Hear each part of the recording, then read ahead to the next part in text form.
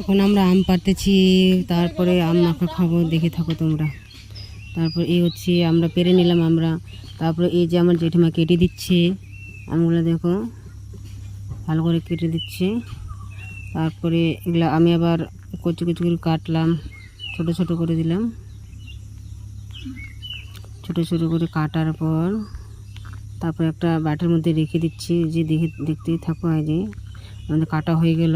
তারপর হচ্ছে আমি এখানে সব দিয়ে দিলাম, এখানে যা যাবতীয় লাগে।